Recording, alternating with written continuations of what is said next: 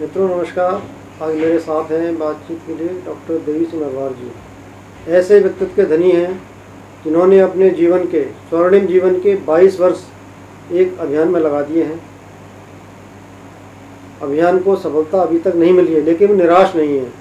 आइए जानते हैं वो कौन सा अभियान है और आगे उनका करने का क्या इरादा है। क्या आपने किया 22 साल में किस अभियान के लिए?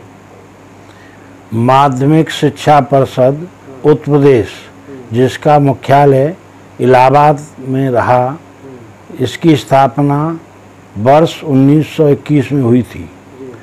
उसके बाद निरंतर जो परीक्षार्थियों की संख्या बढ़ी तो 1980 में मेरे ध्यान में ये बात आई जब सरकार की नीति बनी विकेंद्रीकरण की कि अब इस बोर्ड का विकेंद्रीकरण किया जाए। तो पहला कार्यालय 1972 में जब मेरठ में खोला गया तो उस समय आगरा का नाम नंबर 1 पे था। आगरा के को न्याय नहीं मिला, आगरा को छोड़ दिया गया और मेरठ बना दिया। तभी से ये बात मेरे अंदर एक इस रूप में रही कि आगरा में भी एक क्षेत्रीय कार्यालय स्थापित हो। इस बीच में और भी कार्यालय स्थापित होते रहे। बनारस में स्थापित हुआ, बरेली में स्थापित हुआ, इलाहाबाद जहाँ मुख्यालय है वहाँ अलग से क्षेत्रीय कार्यालय खोला गया। जब ये सब कार्यालय खोल दिए गए तो 5 मार्च 1999 को शासन ने स्वयं प्रस्ताव मांगा कि अभी एक कार्यालय आगरा में और खोला जाना है, नवीन कार्यालय। यहाँ से प्रस्ताव गया। प्रस्ताव में जो डाइट परिसर है, जिला शिक्षा प्रशिक्षण संस्थान आगरा, ये पचकुइयाँ पर है, वहाँ एक छात्रावास है, JBTC छात्रावास परिसर, जिसका क्षेत्रफल 1 एकड़ भूमि है। वो उसमें 30 कमरे बने हुए हैं। उसको चिन्हित किया गया और प्रस्ताव में उसे भेजा गया। और उसके बाद जब शासन का कोई निर्णय नहीं हुआ तो दोबारा से फिर शासन ने एक प्रस्ताव मांगा विस्तार से। ये जून 2001 में मांगा। फिर यहाँ से प्रस्ताव गया 6 जून 2001 को, और 11 जून 2001 को डायरेक्टर जो बोर्ड के सभापति पदेन होते हैं, उन्होंने शासन को अपना प्रस्ताव भेजा। उसमें बहुत सारी बातें लिखी कि 20 पद होने चाहिए, आगरा में नवीन का बोर्ड का कार्यालय स्थापित हो। तभी से हमने इसको संघर्ष और चुनौती के रूप में लिया। तभी से मेरे प्रयास जारी हैं।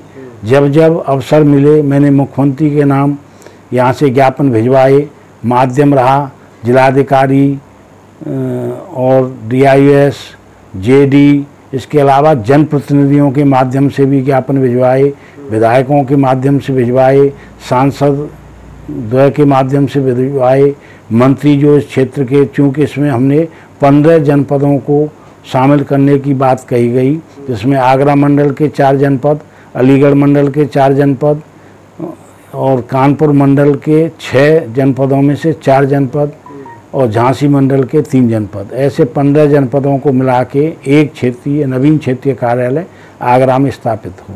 परंतु सरकारें बदलती रहीं, प्रस्ताव पर कोई ध्यान नहीं दिया गया। हमारा आंदोलन संघर्ष जारी रहा। मेरा जीवन का ये रहा है कि मैंने जीवन में संघर्ष ही किए हैं और मेरा मानना है कि संघर्ष ही जीवन है। आपने प्रधानमंत्री राष्ट्रपति ज्ञापन भेजन में क्या हुआ? हाँ, वो इसलिए भेजने पड़े कि वहाँ विधानसभा में क्वेश्चन उठाया था माननीय राम प्रताप सिंह चौहान ने, जो एतमादपुर के विधायक थे।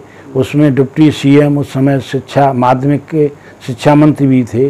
उन्होंने अपने बयान में वहाँ जो विधानसभा में ये कहा कि हमने गोरखपुर में कार्यालय खोल दिया है और अब संसाधनों की कमी से नया कार्यालय खोलने का कोई औचित्य नहीं है। इसका मैंने विरोध किया और इसको ये कहा कि आगरा और गोरखपुर का आपस में कोई तालमेल नहीं है। गोरखपुर में खोलने से आगरा का कोई कल्याण नहीं होना है, आगरा से उसका कोई संबंध नहीं है। दूसरी बात उन्होंने ये कहा कि संसाधनों की कमी है।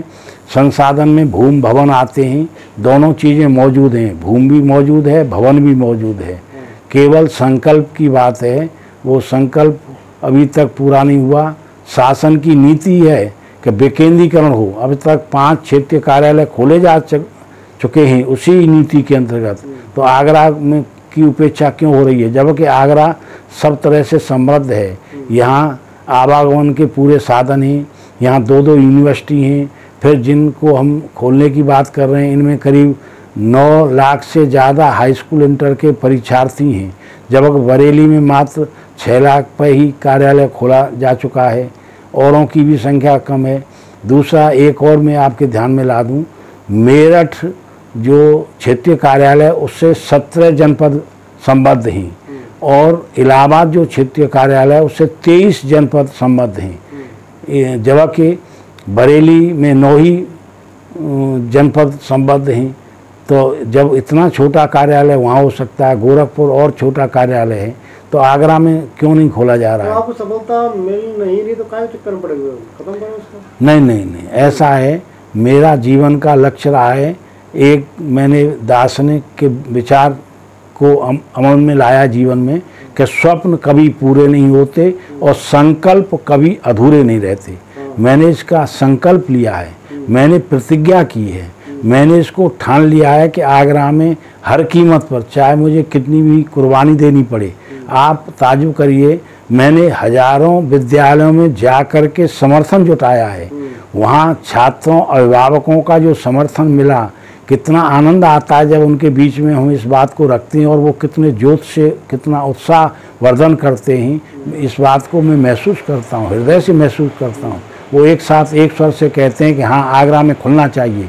जब मैं उनसे प्रश्न करता हूँ क्या आप चाहते हो कि आगरा में बोर्ड का कार्यालय क्षेत्रीय कार्यालय खुले, तो एक स्वर में एक ही आवाज़ में और बहुत ऊंचे स्वर में उत्साहित। जब सरकार को खोलना वो चाहती नहीं तो क्या कर लोगे आप? नहीं, सरकार इसलिए खोलेगी कि सरकार की नीति का एक हिस्सा है। दूसरा जो छात्र संख्या बढ़ रही है, अब देखिए 2017 में करीब 67 लाख परीक्षार्थी थे, हालांकि अब कम हो गए, अब इस साल 52 लाख ही परीक्षार्थी रह गए, क्योंकि पहले चूँकि रजिस्ट्रेशन नहीं होता था इसलिए एक एक छात्र 2-2, 3-3 जगह से फॉर्म भर देता था, तो उसमें वो जो नकलीपन चल रहा था वो ख़त्म हो गया। फिर भी 52 लाख परीक्षार्थी, आप सोचिए 1921 में जब खुला था कार्यालय तब केवल 89 परीक्षार्थी पूरे उत्तर प्रदेश में से इंटरमीडिएट में थे, 89, एक ही सेंटर था। आपको अपना समय क्यों खराब करने के चक्कर में? नहीं, इसे समय खराब नहीं कह सकता। ये देखिए समाज सेवा है और समाज इससे जो लाभ मिलना है वो लाखों छात्रों अभिभावकों को लाभ मिलना है। वो तो आगे नहीं आ रहे ना लाखों छात्र अभिभावक तो नहीं, ये तो असल में संवेदनहीनता समाज में इसलिए आ गई है कि सब अपने तक स्वयं केंद्रित हो गए, आत्म केंद्रित हो गए। मैं मैत्री शरण गुप्त की 2 पंक्ति पढ़ना चाहूँगा इस रूप में। परमार्थ देखा पूर्ण स्वार्थ ही साधा, इस कारण ही तो हाय आज यह बाधा। आज जो भी संकट आ रहे हैं वो केवल स्वार्थी मानसिकता का हावी है, और मैत्री शरण गुप्त ने खुद लिखा है, देवों की ही चिरकाल नहीं चलती है, दैत्यों की भी दुर्वत यहाँ फलती है। कुछ ऐसे तत्व भी हैं जो ये नहीं चाहते कि यहाँ आगरा में क्षेत्रीय कार्यालय खुले। क्यों मानेंगे नहीं, कुछ भी हो जाए, कुछ भी हो जाए। मैं इस आंदोलन को आजीवन इस आंदोलन को आगे बढ़ाऊंगा, परिणाम सुखद होंगे, ये मैं आत्मविश्वास से कह रहा हूँ। मैं बड़ा आशावादी व्यक्ति हूँ, कभी मैं निराशावादी नहीं रहा। हिटलर के जो कहा करते थे कि कोई भी चीज़ असंभव नहीं है, उसका मैं उसे स्वीकार करता हूँ हृदय से, क्योंकि कोई चीज़ असंभव है ही नहीं। जब आपके अभियान को बहुत बहुत बधाई, बहुत बहुत शुभकामनाएं आपको, आपके संघर्ष को मैं सलाम करता हूँ। धन्यवाद।